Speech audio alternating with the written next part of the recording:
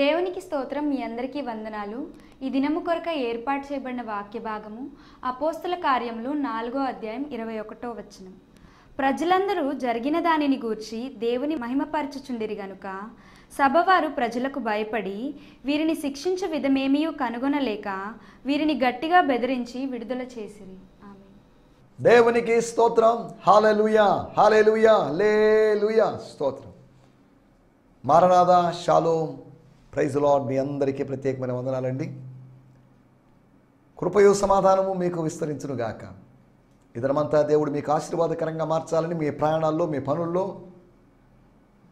దేవ సాన్నిధ్యాన్ని మీరు అనుభవిస్తూ దేవుని సాక్షిగా ముందుకు సాగాలని దేవుని సేవకునిగా కోరుకుంటున్నాను. దేవుని స్తోత్రం. హల్లెలూయా, స్తోత్రం. మనం దేవుని వాక్యాన్ని ధ్యానించుకుంటున్నాం. ప్రతిరోజు ధ్యానిస్తున్నాం. దేవుని వాక్య సముద్రములోని నీళ్లను మనం సేవిస్తున్నాం. సముద్రపు నీళ్లు ఉప్పగా ఉంటాయి కదా, అవి తాగడానికి పనికిరావు కదా అని లిటరల్గా ఆలోచించవద్దు. మన దాహాన్ని తీర్చడానికి ఈ జలం మనకు సహకరిస్తుంది. ఉప్పటి జలం కానీ కాదు, తీయటి జలం, స్వచ్ఛమైనటువంటి జలం. వాక్య సముద్రపు జలము మధురంగా ఉంటుంది. వాక్య స్రవంతిలోని నీళ్లు మధురంగా ఉంటాయి. వాక్య స్రవంతి జలము మాధుర్యమైనది. అనగా వాక్య నదిలోని, జీవవాక్య నదిలోని, దేవుని గ్రంథములోని మాటల నదిలోని, ఆ ప్రవాహంలోని, ఆ స్ట్రీమ్, దానిలో జలము అద్భుతము, అది మధురమైనది. అది మన ఆత్మను సేదతీరుస్తుంది, మన ఆత్మకు బలాన్ని చేకూరుస్తుంది, మనం తెప్పరిల్లేటట్టు చేస్తుంది. ఒక ప్రాంతంలో గోతిని దేవుడు చీల్చినప్పుడు ఆ నీళ్లు తాగి అలసిపోయినటువంటి సంసోను పోరాడి అలసిపోయి శత్రు సంహారం చేసి ఒక చిన్న ఆయుధంతో, ఎవరూ ఊహించని ఆయుధంతో, ఇంతవరకు మానవ చరిత్రలో ఎవరు అటువంటి ఆయుధాన్ని వినియోగించుకోలేదు. స్తోత్రం. హల్లెలూయా. ఎవరు ఒక నున్నటి రాయిని ఆయుధంగా వాడుకోలేదు, దావీదు తప్ప. గాడిద, పచ్చి గాడిద దవడ ఎముకను ఎవరు ఆయుధంగా వాడుకోలేదు, ఒక సంసోను తప్ప. దేవుని స్తోత్రం. ఎవరు బోరను ఆయుధంగా వాడుకోలేదు, ఎవరు కుండను ఆయుధంగా వాడుకోలేదు, ఎవరు దివిటీని ఆయుధంగా వాడుకోలేదు, ఒక గిద్యోను తప్ప. ఆయుధాలు వేరువేరుగా ఉన్నాయి, కానీ ఆయుధాలు ముఖ్యం కాదు. ఆయుధాలు లేకపోయినప్పటికీ దేవుడు మనకు విజయాన్ని అనుగ్రహిస్తాడు. ఆయుధం ముఖ్యం కాదు, కానీ పోరాటానికి ప్రేరేపించిన దేవుడే ముఖ్యం. ఎందుకంటే కొలసీ పత్రిక 2వ అధ్యాయంలో రాయబడింది, ఆయన శత్రువులను, అనగా సువార్త వ్యతిరేకులను, అనగా ఆయన్ను సంహరించిన వారిని ఆయన నిరాయుధులుగా చేశాడట. అనగా వాళ్ళకి వెపన్స్ లెస్గా, ఆయుధరహితంగా మార్చేశాడు అన్న లేఖనంలో రాయబడింది. దేవుని స్తోత్రం. హల్లెలూయా. రండి, మనం ఈ సమయంలో దేవుని వాక్యాన్ని ధ్యానించుకుందాం. మనకు ఆత్మ సంబంధమైన ఆయుధాలు ఉన్నాయి. వాక్యము మన ఆయుధం, ప్రార్థన మన ఆయుధం, స్తుతి మన ఆయుధం. స్తోత్రం. కాబట్టి వీటన్నింటినీ మనం వినియోగించుకొని ఆత్మీయ పోరాటంలో మనం ముందుకు సాగుదాం. రండి, మనం ఈ సమయంలో దేవుని వాక్యాన్ని ధ్యానించుకుందాం. నిన్నటి దినం ఒక సూటి అయిన ప్రశ్న, ఇంచుమించు అపోస్తల కార్యం మొత్తంలోనే ఒక సూటి అయిన ప్రశ్న, ఒక స్ట్రాంగ్ అండ్ స్ట్రైట్ క్వశ్చన్. సుత్తి లేకుండా ఏదో పెద్ద వివరణతో కూడుకున్న ప్రశ్న కాదు అది. Straight question. దేనికి లోబడాలి? మీ మాట, అనగా మీ ఆజ్ఞ. వాళ్ళ ఆజ్ఞ అయినప్పటికీ దాని ఆజ్ఞ లేదు, మీ మాట అన్నాడు. దేవుని యొక్క మాట, అనగా మనుషుల మాట కాదు, మనుషుల మాట కాదు, దేవుని మాట. దేవుని మాటకు మనం లోబడాలని, అన్యాయపు ఆజ్ఞ అనేది ఆత్మీయుడి యొక్క బాధ్యత కూడా. దేన్ని సెలెక్ట్ చేసుకుంటాం, దేన్ని ఎంపిక చేసుకుంటాం. చూడుడి, నేడు మీ ఎదుట దీవెనయు శాపము పెట్టుచున్నాను. 2 పెడుతున్నాను. ఏముందు ఒకటి పెట్టి ఒకటే సెలెక్ట్ చేసుకోమని కాదు, 2 పెడుతున్నాను. కీడును మేలును పెడుతున్నాను, నీకేది ఇష్టమో కోరుకో. వాళ్ళ ముందు యేసు ఉన్నాడు, బరబ్బా ఉన్నాడు. యేసు అనేటువంటి రక్షకుడున్నాడు, నిర్దోషి పరిశుద్ధుడున్నాడు. అదే సమయంలో బరబ్బా అనేటువంటి బందిపోటు దొంగ ఉన్నాడు. ఎవరిని సెలెక్ట్ చేసుకున్నారు? మనందరికీ తెలిసిందే, ఎవరు కూడా యేసును సెలెక్ట్ చేసుకోలేదు, ఎంపిక చేసుకోలేదు. ఆయన ఎన్నిక చేయబడని వాడుగా, తృణీకరించబడిన వాడిగా మారాడు. దాని ద్వారా శ్రమ అనుభవించడం ద్వారా స్వరూపమైనను సొగసైనను లేనివాడిగా మారాడు. ఆ సుందరమైనటువంటి స్వర్గపు సొగసును, స్వరూపాన్ని ఆయన కోల్పోయాడు.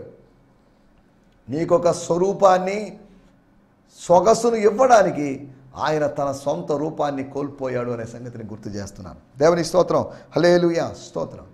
గత ఎపిసోడ్లో మనం ఆలోచించింది అన్యాయపు ఆజ్ఞ, ఆత్మీయుల యొక్క బాధ్యత. మూడోది ఆత్మీయుల యొక్క ధైర్యం. చూడండి, లేదండి మేము అప్పుడప్పుడు చేస్తాం సువార్త, అప్పుడప్పుడు బోధిస్తాం, ఇప్పుడు చేస్తున్నంత రెగ్యులర్గా కాదు, ఇప్పుడు చేస్తున్నట్టు ఫుల్ టైమ్గా కాదు, పార్ట్ టైమ్గా చేస్తాము అని వాళ్ళు ఒక మెట్టు దిగి కాంప్రమైజ్లోకి రాలేదు, రాజీలోకి దిగలేదు. మీరు కాంప్రమైజ్ అయినా మేము compromise com. We will preach, that's all. We will declare the word of God, that's all. That's final. మా తీర్మానంలో ఎటువంటి మార్పు ఉండదండి. ఇంకా 4 తర్వాత మీరు కష్టాన్ని, శ్రమను పెంచినా, శిక్షను పెంచినా కానీ, అగ్ని 7 అంతలు అయినా కానీ తీర్మానంలో మార్పు లేదు. మీ అగ్ని 7 అంతలు కావచ్చు, మీ అగ్ని పెరగవచ్చు, కానీ మా ఆశయము, మా ఆశ, మా ఆత్మ సంబంధమైన దర్శనం మాత్రం మారదు. We are fixed. మేము ఫిక్స్ అయిపోయాము ఇంకంతే. 7 అంతలు కాదు, 70 అంతలు చేసినా కానీ వీ విల్ నాట్ చేంజ్. మీ ప్రభుత్వాల యొక్క తీర్మానాలు మారొచ్చేమో కానీ పరలోక ప్రభుత్వము యొక్క ఆ ఆశయము, ఆశ, ఆ మాదిరి అనేది మారదు. దేవుని స్తోత్రం, హల్లెలూయా, స్తోత్రం. ఆత్మీయుల యొక్క అభినందన చూడండి. దేవుణ్ణి అభినందన. They are appreciating God, praising God, they are blessing God. దేవుణ్ణి దీవిస్తున్నారని కాదు దాని అర్థం. బ్లెస్సింగ్ అంటే స్తుతించడం అనే అర్థం కూడా ఉంది. They are praising, bless the Lord O my soul అన్నారు. అంటే ఏమని అర్థం? నా ఆత్మ, నా ప్రాణమా దేవుని స్తుతించు.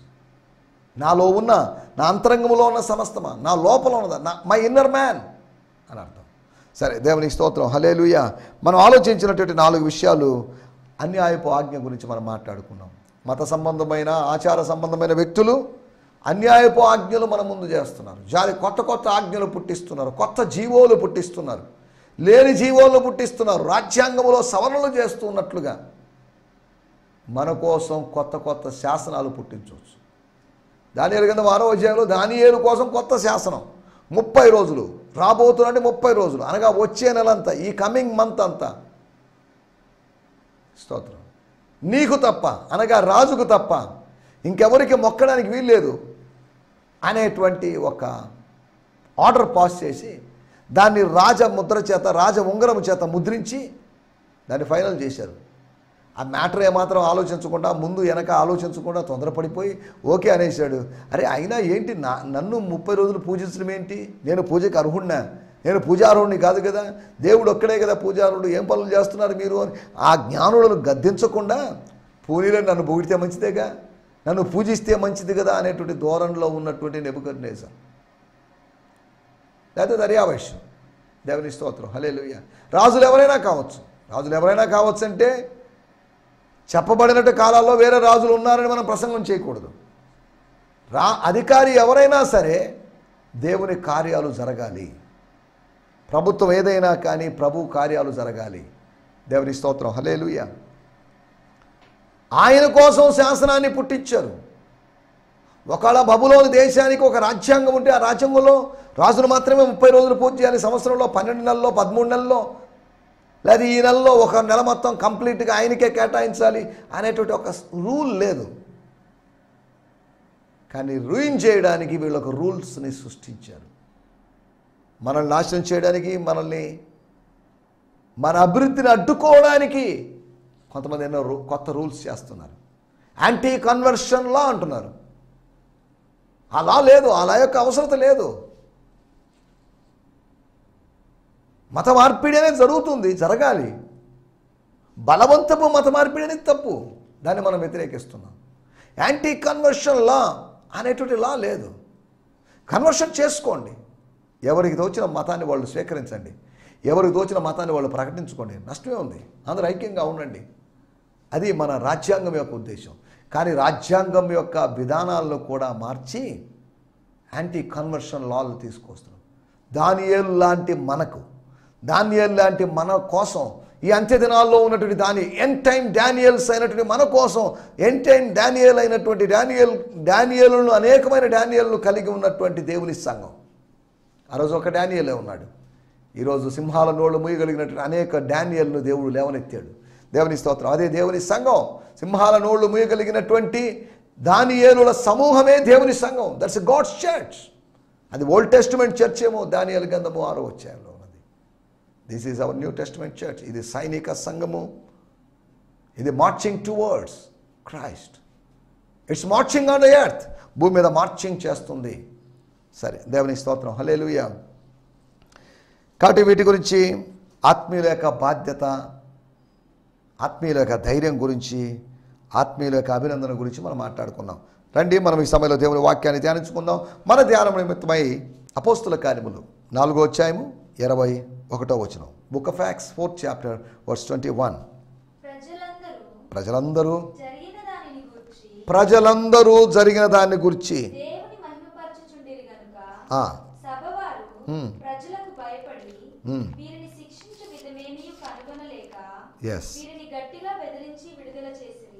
చూడండి.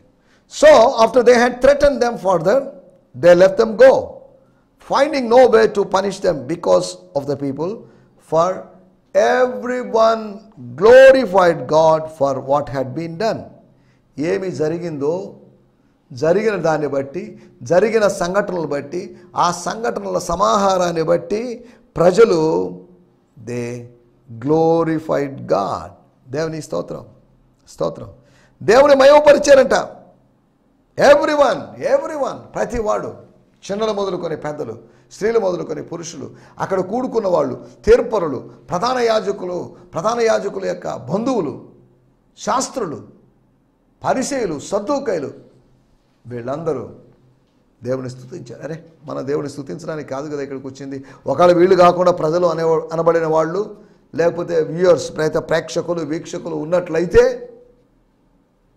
ఇది అధికారుల గురించి కాదు, ఇది ఈ స్పెషల్ లేకపోతే పీపుల్ గురించి కాదు, ఆర్డినరీ పీపుల్ గురించి అని అనుకున్నా పర్లేదు, నో ప్రాబ్లం. కానీ గమనించాల్సిన విషయం, ప్రజలందరూ దేవుని మహిమపరుచుచుంటారు. నేను చదువుతున్నాను, బ్రియాన్ సిమ్మన్స్ గారి తర్జుమాలోంచి, ద ప్యాషన్ ట్రాన్స్లేషన్ నుంచి నేను చదువుతున్నాను. Since the members of the council couldn't come up with a crime they could punish them for, they threatened them once more and let them go. All the people praised God, thrilled over the miraculous healing of the crippled man. స్తోత్రం. ఏ నేరం మోపాలి వీళ్ళ మీద? ఏ JPC ప్రకారం, JPC అంటే Jewish penal code అని, లేదంటే ఏ RPC ప్రకారం అనగా రోమన్ పీనల్ కోడ్ ప్రకారం దీన్ని ఎలా వీళ్ళకి శిక్ష విధించాలి? ఏమో మనకేం అర్థం కావాలి, కన్ఫ్యూజన్లో. సరే వదిలేద్దాం, అప్పటికే నేను రాత్రి అంతా ఉన్నారు వీళ్ళు జైల్లో, మళ్ళీ వీళ్ళ జనసమూహము తిరుగుబాటు చేస్తారు, ఎందుకు వచ్చిన ప్రాబ్లం, కాబట్టి వదిలేద్దాం, లెట్ దెమ్ గో, వెళ్ళిపోండి బాబు. నిన్న రాత్రి అంతా మీరు చెరసాల్లో ఉన్నారేమో, ఈ ఉదయకాలం మీకు విడుదల. రోగ చెరసాల్లోనూ వేరు చెరసాల్లోనూ మనం బందీలుగా ఉన్నాం, మనం బయటికి రావాల్సిన అవసరం ఉంది. ఆ పంజరములో, రోమా ప్రభుత్వపు పంజరములో ఉన్నటువంటి 2 చిలకల్ని దేవుడు బయటికి పంపించేశాడు. పేతురు, యోహాను. అంటే వాళ్ళు చిలకలని కాదండి. దేవుని స్తోత్రం. హల్లెలూయా. చదువుకున్న వాడుక భాషలో కూడా మనం చదువుకున్నాం. అపోస్తుల కార్యములు 4వ అధ్యాయము 21వ వచనం. వాళ్ళు పేతురును యోహానును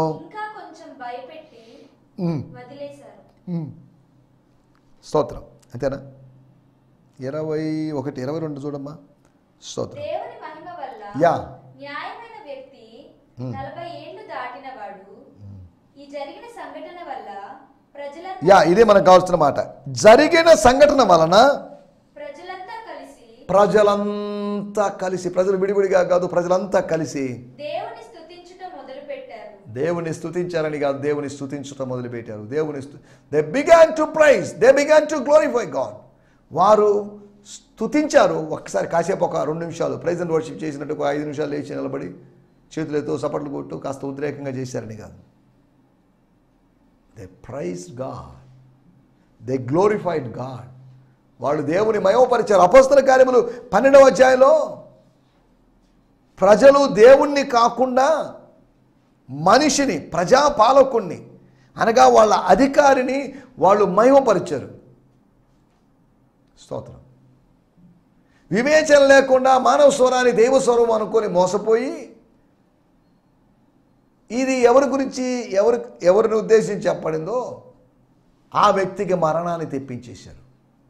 సరే, బట్ ఆ స్టోరీలోకి మనం వెళ్ళాలి. అతడు దేవుని మహిమపరచనందున అని రాయబడింది. మహిమపరచినందున ఏం జరుగుతుందంటే పురుగులన్నీ చనిపోతాయి. పురుగులు పడి చచ్చను అని రాయబడింది.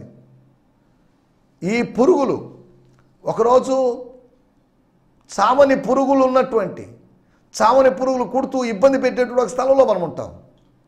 ఆ పురుగు మనకు ఏం హాని చేయకుండా ఉండాలంటే, ఆ పురుగులు ఉన్నటువంటి స్థలములోకి మనం వెళ్లకుండా ఉండాలంటే దేవుని మనం మహిమపరుస్తూనే ఉండాలి. స్తోత్రం. దేవుని మహిమపరిచే చోట పురుగులకి అవకాశం లేదు. దేవుని మహిమపరచకపోతే పురుగులు పడతాం, అనగా వర్మ్స్ వచ్చేస్తాయి, అనగా మనం ఇబ్బందికి గురవుతాం. మన దేహంలో పురుగు గుడ్లు పెట్టేసి పురుగు విపరీతంగా పెరిగే అవకాశం ఉంది. క్యాన్సర్ కణాలు వ్యాపించినట్లుగా మన బాడీ అంతా. అంటే నేను ఏదో భయపెట్టాలని చెప్పడం లేదు ఇవన్నీ. నా మాటల యొక్క ఉద్దేశం ఏంటంటే, ఏ విధంగా చెడు మన బాడీలో, శాపం ఏ విధంగా, కష్టం ఏ విధంగా స్ప్రెడ్ అవుతుందని చెప్పడానికి ఇవన్నీ చెప్తున్నాను. ప్రజలందరూ చేసినట్టు మంచి పని, ప్రజలందరూ కలిసి చేసినట్టు ఒక మంచి పని. స్తోత్రం. తీసుకొనండి సితారాలు, తీసుకొనండి తంబూరాలు, స్తుతిద్దాం, వాయిద్యములు వాయిద్దాం, 10 తంతుల సితారాలు తీసుకొనండి అని వాళ్ళు అనలేదు. వాయిద్యములు లేకుండానే ఆరాధన చేశారు. కాబట్టి వాయిద్యం లేకుండా ఆరాధన చేసిన మన సంఘాల్లో కూడా అటువంటి ఆరాధన ఉండాలి అని ఏదో మత సంస్థ యొక్క నేను సిద్ధాంతాన్ని బోధించడం లేదు. అక్కడ వాయిద్యాలు ఉన్నాయో లేదో మరి మనకు తెలియదు, వాయిద్యాలతో పాడారో లేదో మనకు తెలియదు. ఏదేమైనప్పటికీ వాళ్ళు దేవుని మహిమపరిచారు. ఏదో ఒక పాట రూపంలో దేవుని మహిమపరిచారు, మాటల రూపంలోనో క్రియల రూపంలో కూడా దేవుని మహిమపరచవచ్చు. దేవుని మహిమపరచాలంటే కేవలం ఒక సాంగ్ కావాలనో, వర్షిప్ కావాలనో, లేచి నిలబడాలనో అది మాత్రమే కాదు వర్షిప్. ఇక్కడ రాయబడింది, వాళ్ళు దేవుని మహిమపరచుచూ ఉండిరి. ఒకవైపు వాళ్ళ మౌనం, అధికారుల మౌనం, ఒకవైపు పేతురు యోహానుల ప్రశ్న, ఒకవైపు ప్రజలే అరే ఇదేంటిది, ఈ తీర్పు కూడిక, తీర్పు కోసం మనం గ్యాదర్ అయితే ఇప్పుడు తీర్పు సంగతి పక్కన పెట్టి ఇక్కడ ప్రైజ్ అండ్ వర్షిప్ జరిగిపోయింది, ఆరాధన జరిగిపోయింది, ఏంటి దేవుని మహిమపరచడం జరిగిపోయింది, ఏంటిది విచిత్రంగా ఉంది అనుకోవచ్చు. దేవుని స్తోత్రం, హల్లెలూయా. మహిమపరచేటువంటి గుంపు సంఘము అంటే దేవుని మహిమపరిచే గుంపు. Church is a group that glorifies God. స్తోత్రం. సంఘం అంటే రాజకీయ నాయకుల మహిమపరిచే గ్రూపు కాదు. సంఘము అంటే దేవుని మాత్రమే మహిమపరిచే ఒక గ్రూప్. పాస్టర్నో, సంఘ పెద్దలనో, లేదా ఇంకెవరినో, ఫౌండర్నో మహిమపరిచే గ్రూప్ కాదు ఇది. All the local churches should be the groups that glorify God alone. ఆయన హెచ్చవలసింది అనే నినాదంతో, ఆశయంతో ముందుకు సాగాల్సిన గ్రూప్స్ ఇవన్నీ. ఏ డినామినేషన్ అయినా కావచ్చు, కానీ అందరి ఆశయం ఒకటిగా ఉండాలి, ఆయన హెచ్చవలసి ఉన్నది. ఆయనతో పాటు ఇంకా కొంతమంది హెచ్చవలసి ఉన్నది అని కాదు, ఆయన ఒక్కడే హెచ్చవలసి ఉన్నది. He should glorify, he should be increase alone. ఆయన ఒక్కడిగా. స్తోత్రం, హల్లెలూయా. మనం ఆలోచిస్తున్న విషయాల్లోకి వచ్చేద్దాం. 5 విషయాలు మీకు త్వరగా జ్ఞాపకం చేస్తాను.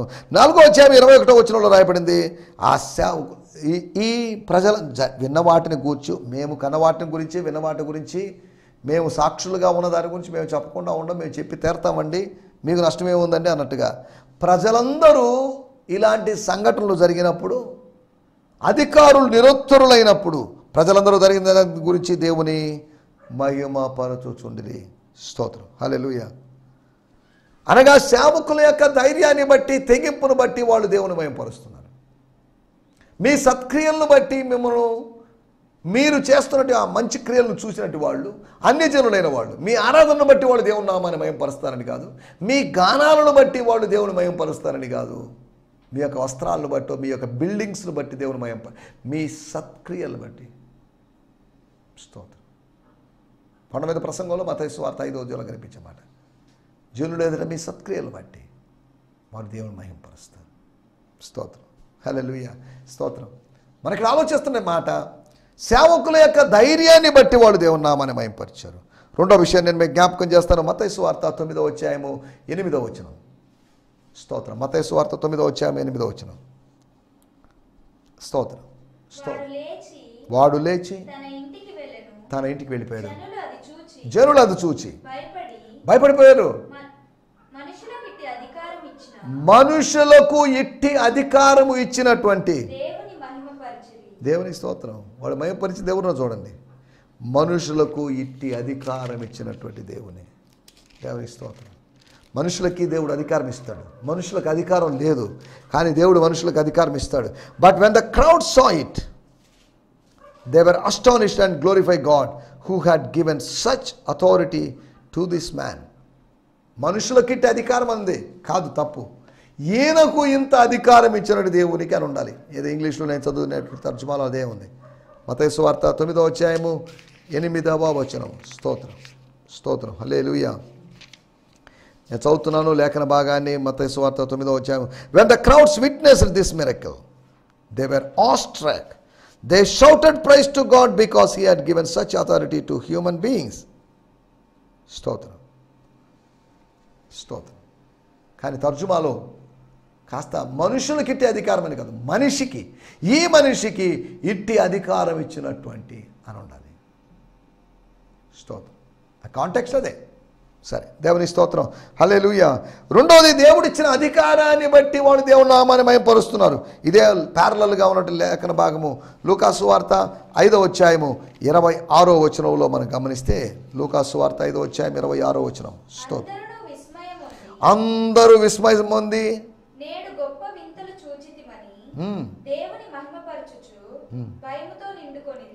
దేవుని మహిమపరచుచు భయముతో నిండుకున్నారట. భయం వచ్చేసింది వాళ్ళకి. సరే, దేవుని స్తోత్రం. హల్లెలూయా. మొట్టమొదటి విషయము సేవకుల యొక్క ధైర్యాన్ని బట్టి, రెండోది దేవుడిచ్చిన అధికారాన్ని బట్టి. యేసుకు దేవుడు అధికారం ఇచ్చాడు. నీకు నాకు అధికారం ఇచ్చాడు. పాములను తేళ్లను అనగదొక్కడానికి, రోగముల మీద అధికారం మనకు. He has given authority to us. ఆయన అధికారం, సర్వాధికారము కలిగిన వాడు కనుక ఆయన మనకు అధికారం ఇస్తాడు. మూడో విషయాన్ని నేను మీకు జ్ఞాపకం చేస్తాను. మత్తయి సువార్త 15వ అధ్యాయము 31వ వచనం. మత్తయి సువార్త 15:31. స్తోత్రం. అక్కడ రాయబడిన మాటలు, మూగవాళ్ళు మాట్లాడడం, అంగహీనులు దివ్యాంగులు బాగుపడుటయో, కుంటివారు నడుచుటయో,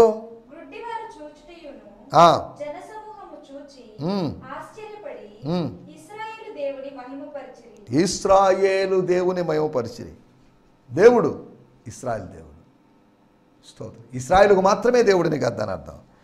వాళ్ళు జరిగిన గొప్ప కార్యాలను బట్టి మగవారు మాట్లాడుతున్నారు, అంగహీనులు వాళ్ళ పోగొట్టుకున్నటువంటి, వాళ్ళకింకా వాళ్ళ దేహంలో మొలవనటువంటి ఆ అవయవాలను తిరిగి పొందుకుంటున్నారు.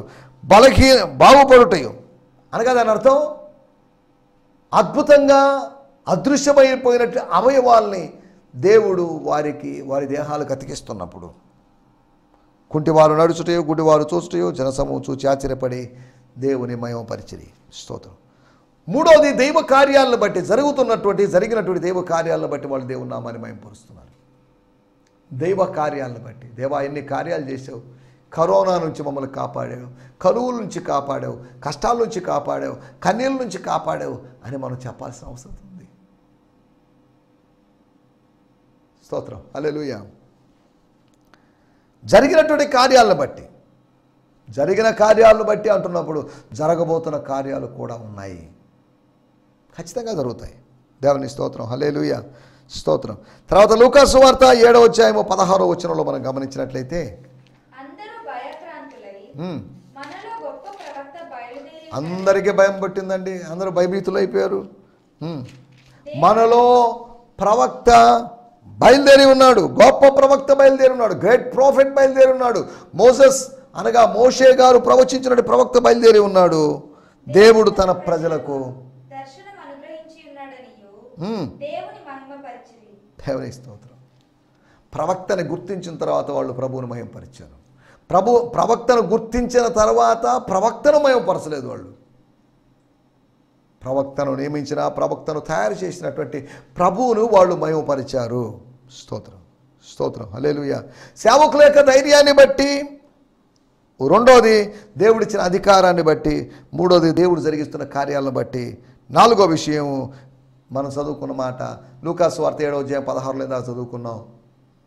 స్తోత్రం. ఆ జరిగినటువంటి కార్యాలను బట్టి, దైవ దర్శనాన్ని బట్టి, because of the visitation of God, దేవుడు దర్శించడాన్ని బట్టి. తర్వాత చివరిగా ఒక విషయాన్ని కూడా చెప్పి ముగిస్తాను. మత్తయి సువార్త 21:9 మనకందరికీ తెలిసినటువంటి పరిచయం ఉన్న లేఖన భాగమే. మత్తయి సువార్త 21:9. ఆయనకు ముందు వెళుతున్న వారు ఎంతమంది తెలియదు, వెనకాల వచ్చుచున్న వాళ్ళు స్తుతించబడును గాక. ఆమేన్. దేవుని స్తోత్రం. సర్వోన్నతమైన స్థలముల్లో దేవునికి జయం. దేవుని కుమారునికి ఆ రోజు దావీదు తిరిగి వస్తున్నప్పుడు, విజయశీలుడై తిరిగి వస్తున్నప్పుడు, సౌలులకు 1000 కొలది, దావీదులకు 10,000 కొలది అన్నట్లుగా, యేసు ప్రభువుకు 10,000 కొలది, ఆయన శిష్యులకు 1000 కొలది అనేటి మాటలేదు ఇక్కడ. అక్కడ జరుగుతున్నట్టు విషయం ఏంటంటే ప్రజలందరూ దేవుని మహింపరిచారు. యెరూషలేము యొక్క జయప్రవేశంలో, అనగా పామ్ సండే రోజు, మట్టల ఆదివారం రోజు జరిగిన సంఘటన ఇది. ప్రజలందరూ ఏం చేశారు? ఆయనతో మనకెందుకులేండి అని అనుకోలేదు. ఆయనకు దూరం అయిపోయి రాలేదు, ఆయనకి దగ్గరైపోయి ఆయనతో కలిసి నడిచి యెరూషలేములో ప్రవేశించారు. స్తోత్రం. అనగా స్తోత్రం. మనం అర్థం చేసుకోవాల్సిన విషయం, ప్రభువు యొక్క ప్రవేశాన్ని బట్టి మన దేవుని నామాన్ని దేవుడు మహిమపరచాలి. మహిమపరచడానికి ఎన్నో కారణాలు ఉన్నాయి. ఫలానా దాన్ని బట్టి మాత్రమే అని అనుకోవడానికి వెళ్ళేది. స్తోత్రం, హల్లెలూయా. నా మాటలు నేను ఇక్కడ ముగిస్తున్నాను. దేవుని మహిమపరిచే గుంపులో సభ్యుడిగా నేను ఒక్కడే స్తుతించుకుంటే స్తుతించుకో, కానీ అదే సమయంలో కార్పొరేట్ క్రిస్టియన్ లివింగ్ ఉంది. సామూహిక క్రైస్తవ జీవితం, ఆత్మీయ జీవితం చేయాల్సిన అవసరం ఉంది. కాబట్టి అలా దేవుని మహిమపరుస్తూ ముందుకు సాగడానికి ప్రభు మనందరికీ సాయం చేయనుగాక. ఆమేన్. హల్లెలూయా, హల్లెలూయా. ఈ సందేశము మీకు ఆశీర్వాదకరంగా ఉందని నమ్ముచున్నాము. ప్రార్థన అవసరతల కొరకు మమ్మల్ని సంప్రదించవలసిన మా చిరునామా గిద్యోన్ మిషన్ చర్చ్, 6వ వీధి, శాంతినగర్, నెల్లూరు 4, ఆంధ్రప్రదేశ్. పిన్ 524004. మా ఫోన్ నంబర్లు 7036443613, మరి ఒక నంబర్ 9392293010. మా ఈమెయిల్ ఐడి gfihmi2015@gmail.com. దేవుడు మిమ్మును ఆశీర్వదించునుగాక. ఆమేన్.